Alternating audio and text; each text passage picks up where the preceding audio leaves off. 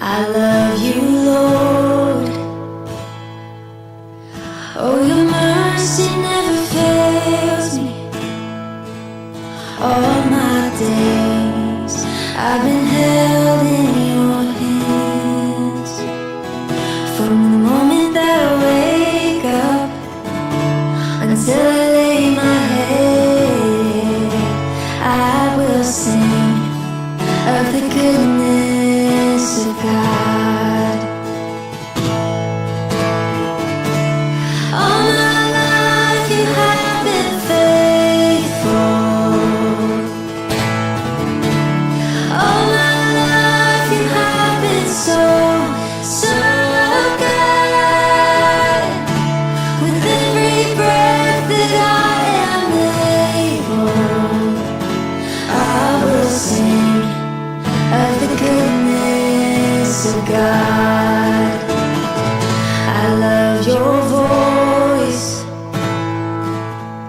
You have led me through the fire in darkest nights. You are close like no other. I've known you as a father. I've known you as a friend. And I have lived in the goodness of God. Oh yes. And all my life you have been faithful. Oh, all my life you have been so, so good. With every breath that I am able, I will sing of the goodness of God. Oh yes. And your goodness is running after, it's running after me. Your goodness is running after, it's running after me. With my life laid down, surrender now. I give you everything. Your goodness is running after, it's running after me. And all my life you have been faithful. All my life you have been so, so good. With every breath that I am able, I will sing of the goodness of God. I will sing of the goodness of God.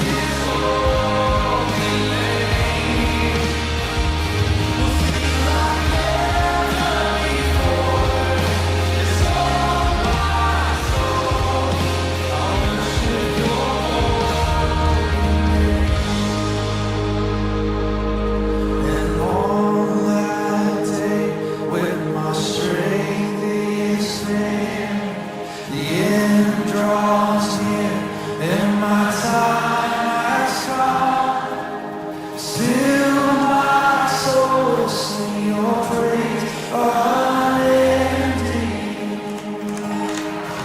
10,000 years and then forevermore. Come on, sing it again on that day. And on that day, the end draws near and my time has come. It's still my soul will sing your praise unending. Come on, sing it out. 10,000 years and then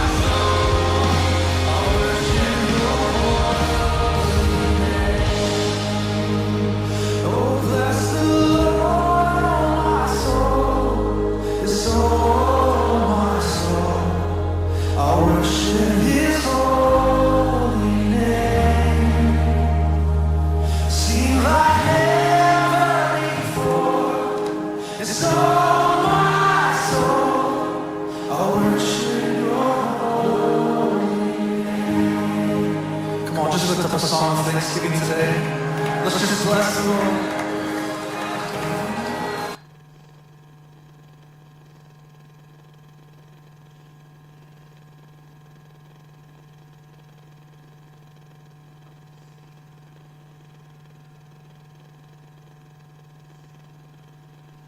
Don't count my fumbling around against me. Mr. Lockabar, you were vociferous in your criticism of this opinion that the words presidential immunity don't appear in the Constitution. Is that right?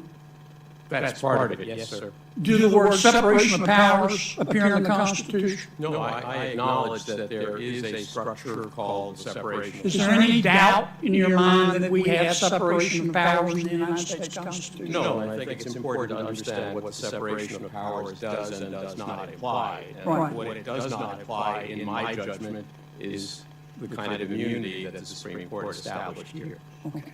Thank you, Mr. Chairman. Case is the first criminal prosecution in our nation's history of a former president for actions taken during his presidency.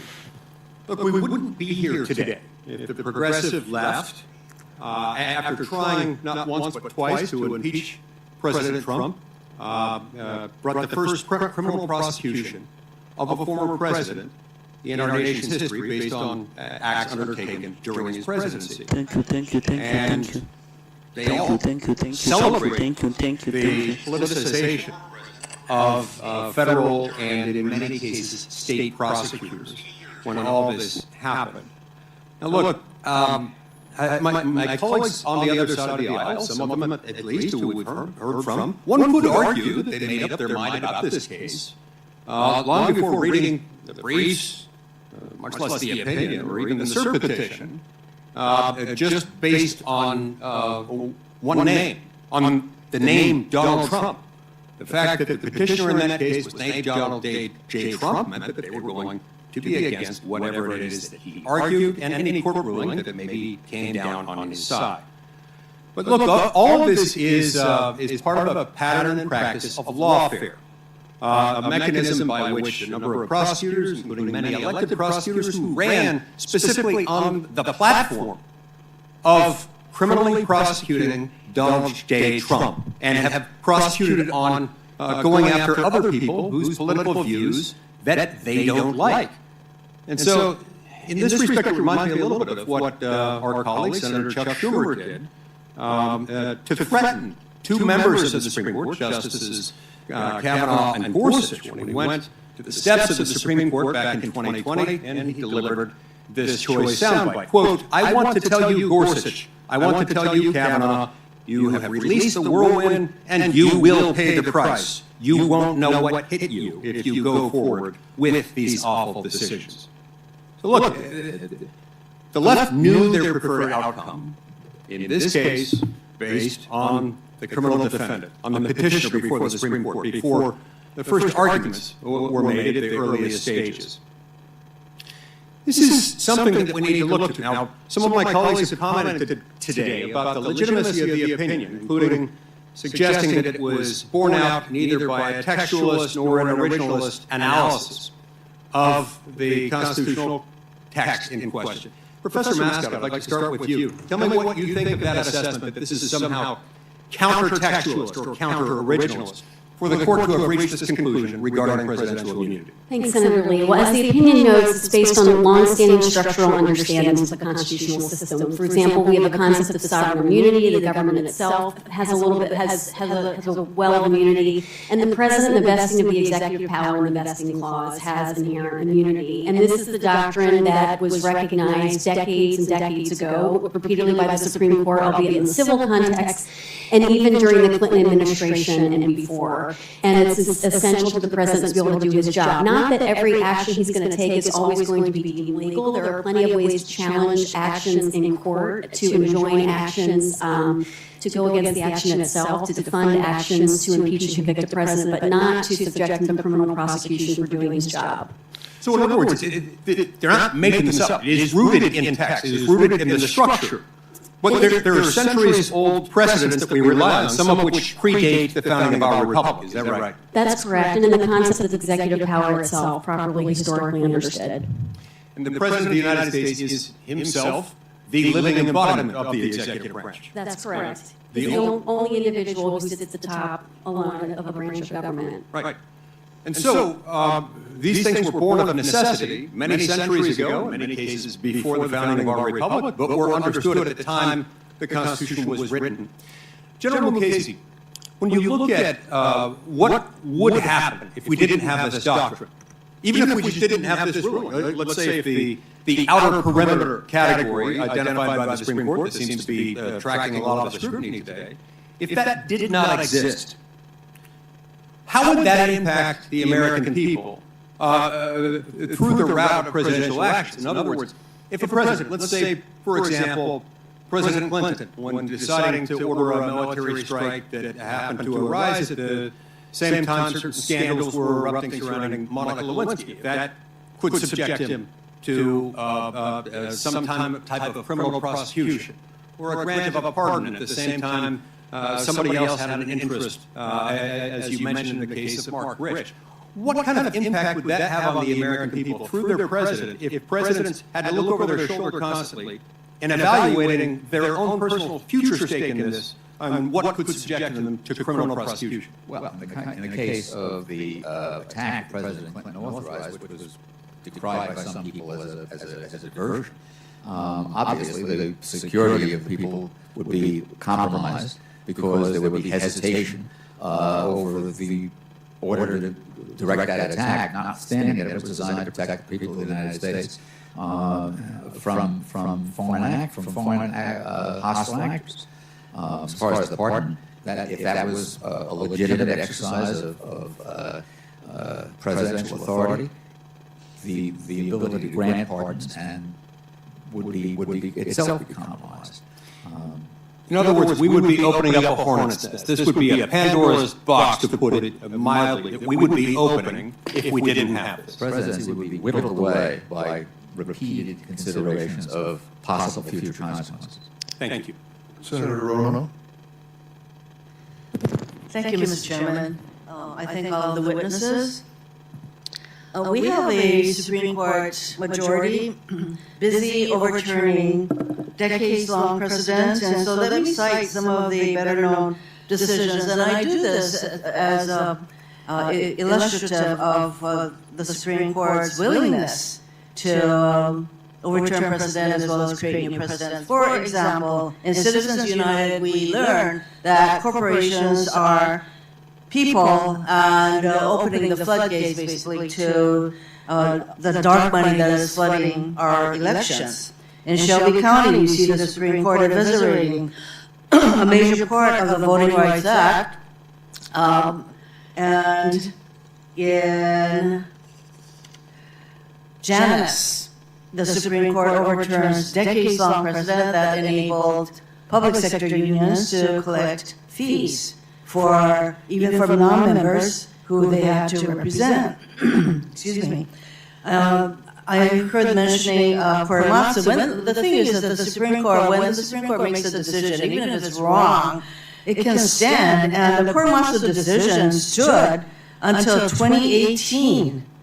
So, when the Supreme Court makes a decision, it has ramifications so long-standing. Then we have Brnovich, which again, it further limited the protections of the Voting Rights Act. And by the way, did I mention Shelby County, where they, selling the majority,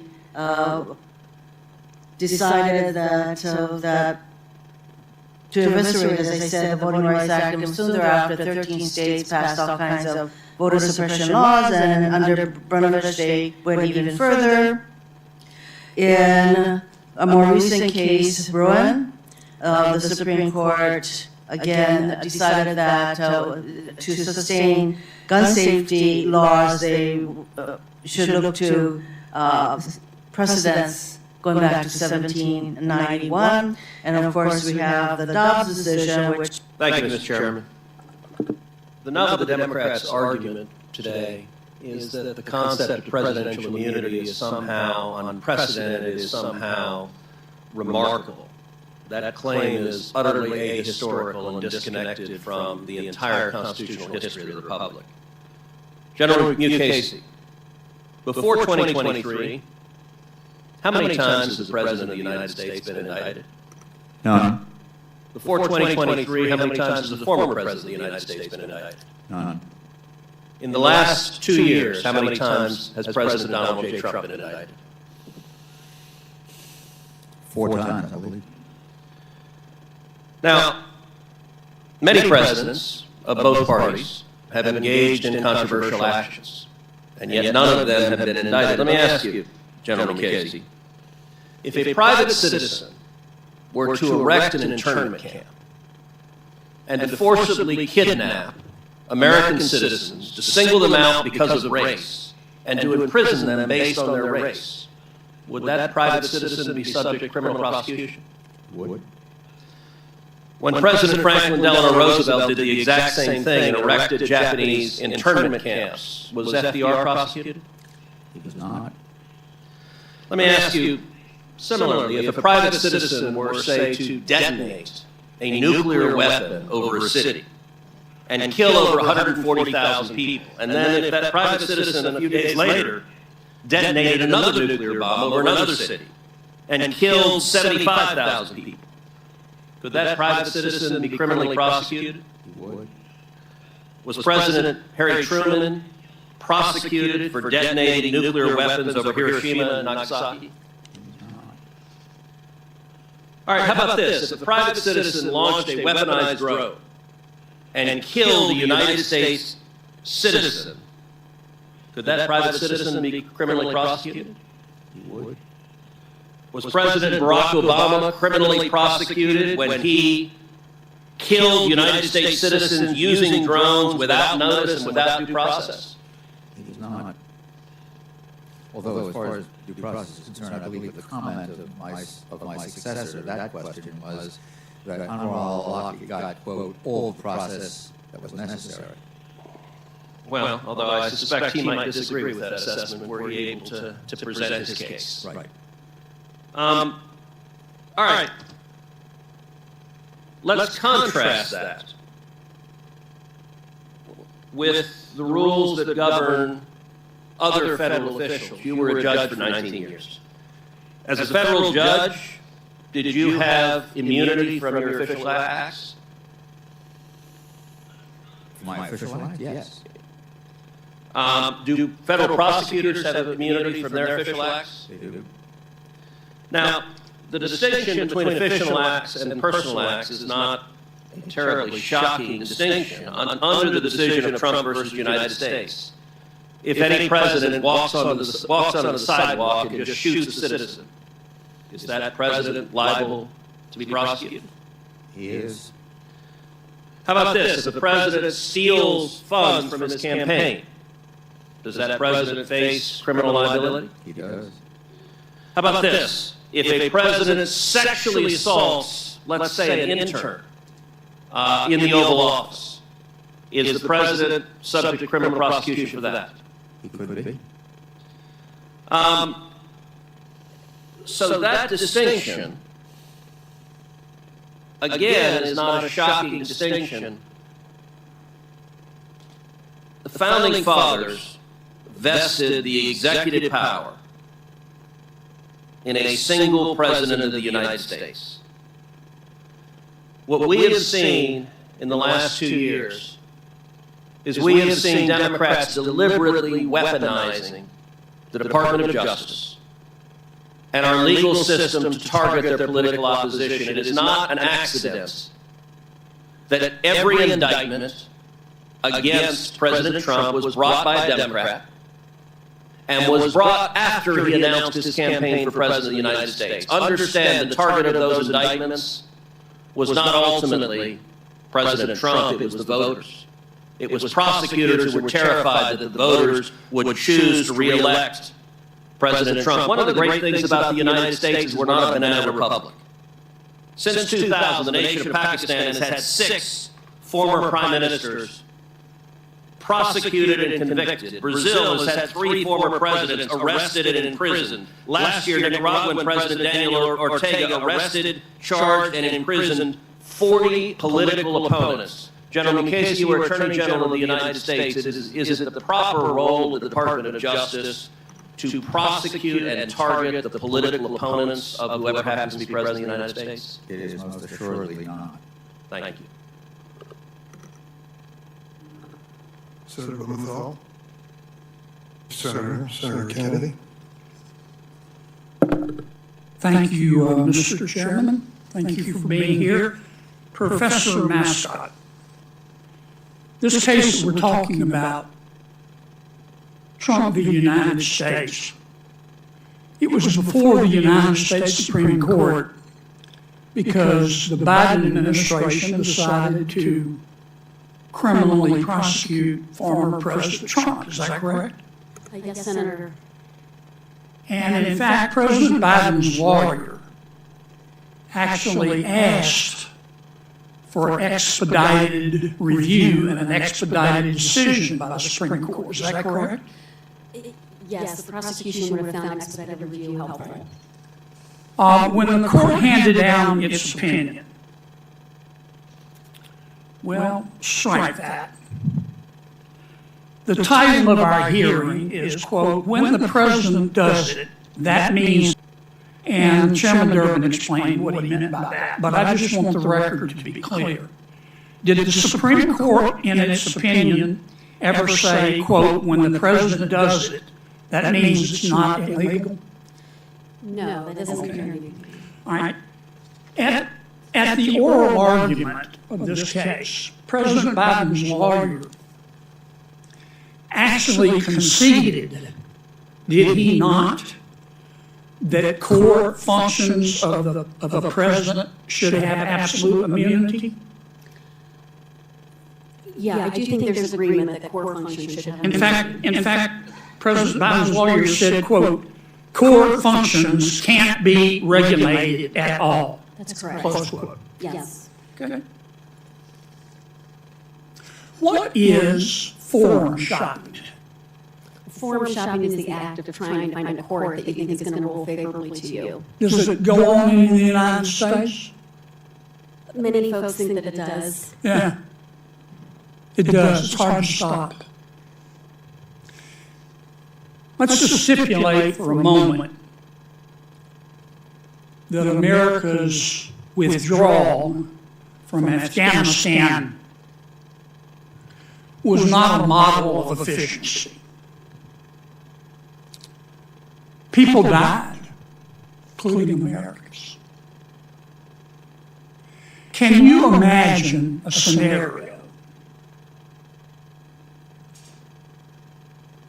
with respect to President Biden, now former President Biden? Can you imagine a scenario in which a district attorney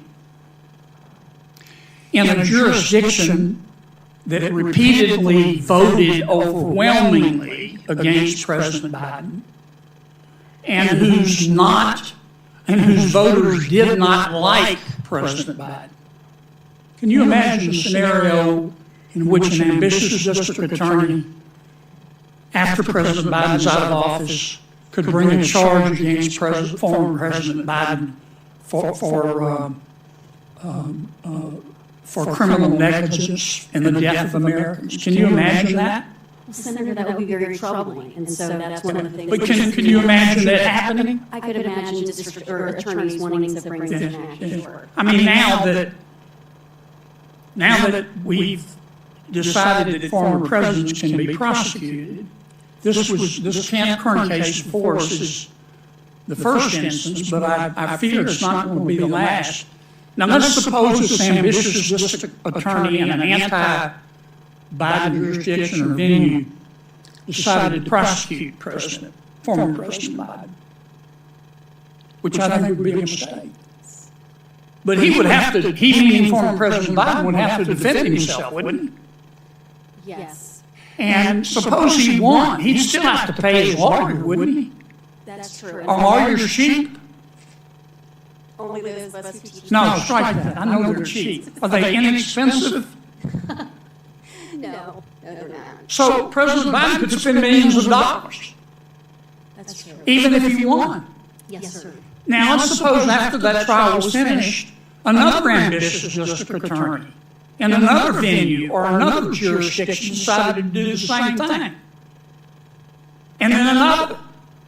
And then another. Can you understand what the court was talking about when it said we can't allow the court system to have a chilling effect on a president, any president, in making these decisions? Can you understand that? Absolutely. The risk of facing that would certainly significantly impact how a president would make decisions in office, and that's the last thing we want. Can I have 30 more seconds, Mr. Chairman? Mr.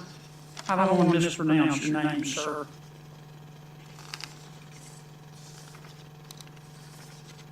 Don't count my fumbling around against me. Mr. Lockebar, Never have. you were vociferous in your criticism of this opinion that the words presidential immunity don't appear in the Constitution. Is that right? That's part of it, yes, sir. Do